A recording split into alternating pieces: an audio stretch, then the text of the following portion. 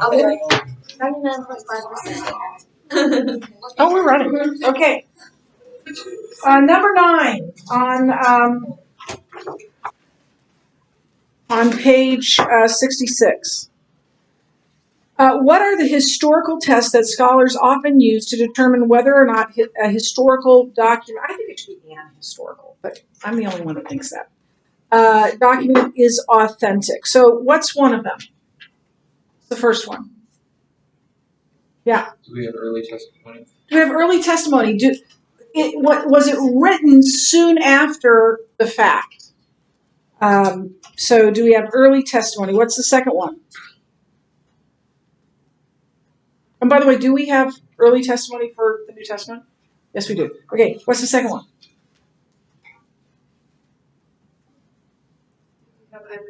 Do we have eyewitness testimony? Do we have things written by people who were there at the time? When you were in 8th grade, did you read Unbroken? Yes. They don't read it anymore. It makes me sad. I know. I was the one that convinced Mrs. Shrog to let the 8th graders read that. So I don't know. I don't know what they do anymore up there. But that was eyewitness testimony, right? And at any time did you think, Louis making this up? Maybe, because it was such a crazy story, right? But it was eyewitness testimony and a true story. And so that is considered more trustworthy than a second-hand or third or fourth or 12th hand account. So do we have eyewitness testimony? What's the third?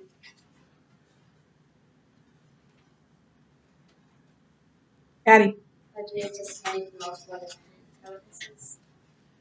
Okay, can you say it just a little bit louder for me? To get a testimony from multiple independent eyewitnesses. Yeah, so what does that mean? So multiple means what? More than one. Independent means what?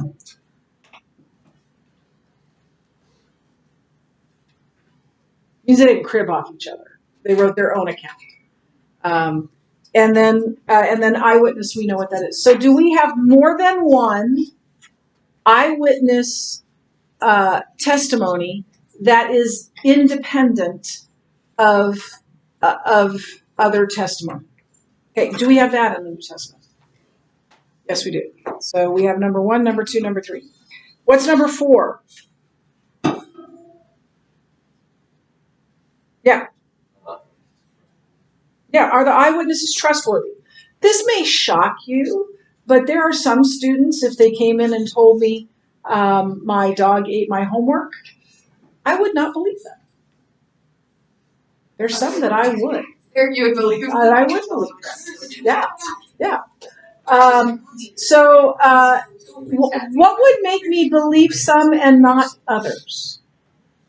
A past experience. Their trustworthiness. Yeah.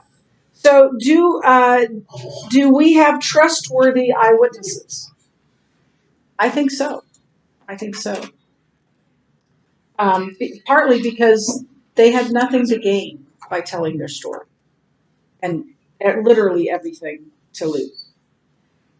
Do we have corroborating evidence from archaeology and other writers? What does corroborating mean? Yeah.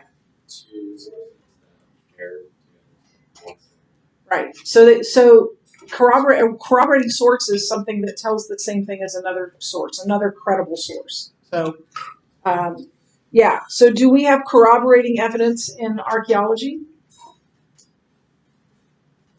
We have a lot, especially in the book of Acts. Years ago, who had they said? Who was the proconsul of Galatia? I'm flipping on his name. And Paul writes about it. And people said, no, that can't be because that guy was never the proconsul. We have no evidence that he was ever the proconsul. And then they uncovered this ancient road, and there was this block that had his name, proconsul of, I think it was Galatia, and gave the dates, and it was the exact dates that Paul was talking about. He had paid for that road to be built, and so they commemorized him in this block in the road. And so that corroborated what Paul was saying. And it happens a lot in the New Testament. What's number 6?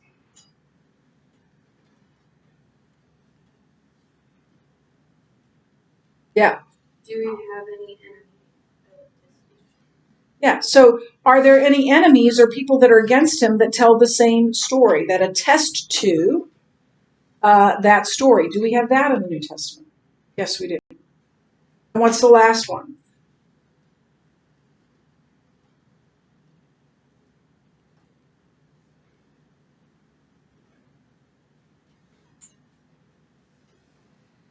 Yes.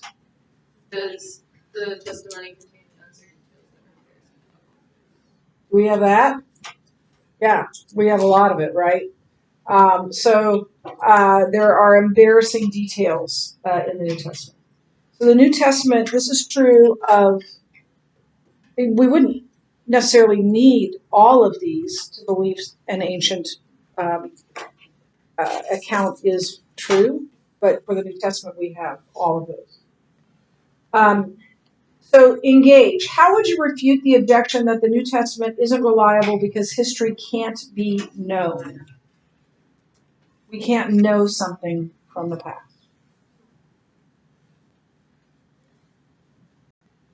Yeah. Then we also can't claim that it's unknown or false. Yeah. If we can't know anything in the past, or if we can't know that, then we can't know anything about the past. Do we know things about the past? Yeah, of course we do. But I think an even better argument is that in order to say that, in order to say we can't, the New Testament is reliable because history can't be known, in order to say that, you must know something about history, namely that history can't be known. So it is self-defeating, right? They're saying, I know something about history. You can't know history. Well, then you can know history because that's a self-defeating statement. And then there are all kinds of things. Then the origin of the first life cannot be, known either. And the same people who are saying that say we know the origin of the first life. So all of that is true, and it's against common sense. Number 2, how would you respond to the objection that the New Testament isn't reliable because the New Testament documents contain miracles?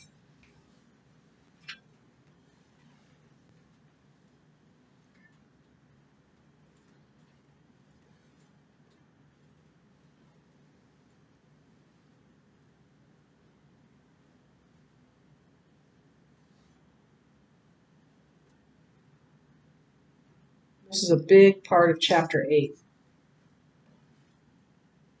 Yes. Yeah. If God exists, then miracles exist. That's exactly what C.S. Lewis said. Like, if you admit God, do you have to admit miracle? Yeah. Because if there's a God who lives outside of space and time, who is all-powerful, all-knowing, then we should expect miracles.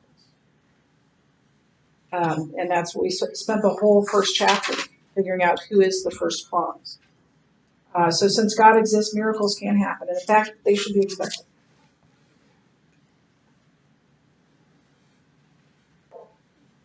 How would you refute the objection that the New Testament isn't reliable because the New Testament writers were biased?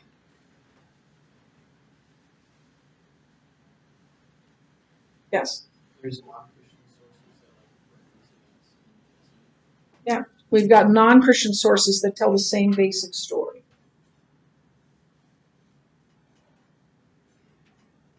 What else? Yeah. there has to be like a reason why they're converted in the first place. There wasn't. Yeah. This didn't make them a bunch of money. This didn't make them their lives easier. It made them worse. And so we have to ask the question, why did they convert in the first place? If it was going to cost them literally their lives. Paul, if you read through what Paul said, not just being imprisoned, but being stoned and being beaten and being shipwrecked and all that he endured to follow Christ. Who would do that if they didn't know for a fact that Jesus is Lord? I'm not signing up for that. So what caused them to be converted? It had to be something spectacular because they were the disciples were cowering. It had to be something spectacular. And why would they make it up? Why would you make up a story that makes things worse for you? When you're trying to get out of something and you're lying about it, you tell the lie that makes it go better for you, or that you hope makes it go better for you, right? They were telling a story that they knew would meet with opposition. Why? Because they knew that their Lord met with opposition. And by standing with him, they would meet with it too. And every single one of those disciples, except John, and plus Paul, were martyred. Some were beheaded, some were crucified. Tradition says that Peter was crucified upside down because he didn't want to be killed in the same way as his Lord. Thought he wasn't worthy of that. I don't know if that's true. It's what tradition tells us. But it only brought them grief and heartache and torture and bad things. How would you refute the objection that the New Testament isn't reliable because converted people are not objective?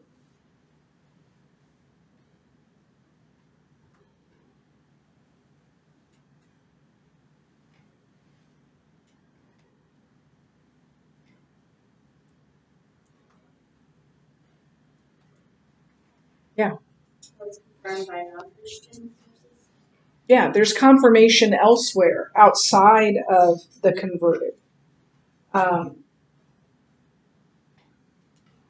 I would submit that it might make them their investments in it might make them more careful to tell the truth, not less careful because of everything that was at stake. And people can both be invested emotionally and be unbiased. I don't think that those things are mutually exclusive, and I think that the people that are saying this would have had times when they were emotionally invested and unbiased. So it isn't necessarily true that because they were converted, they were making up a story.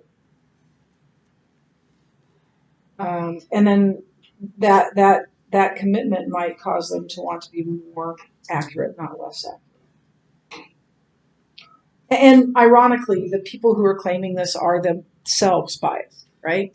And they think they're saying that they're saying the truth, that they're right, when they themselves are biased. Everybody is biased, right? Everybody has biases. If biased people can't tell the truth, then we can't find truth because people are biased in a number of ways.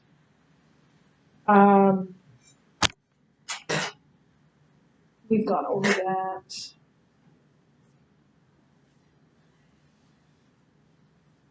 Yeah.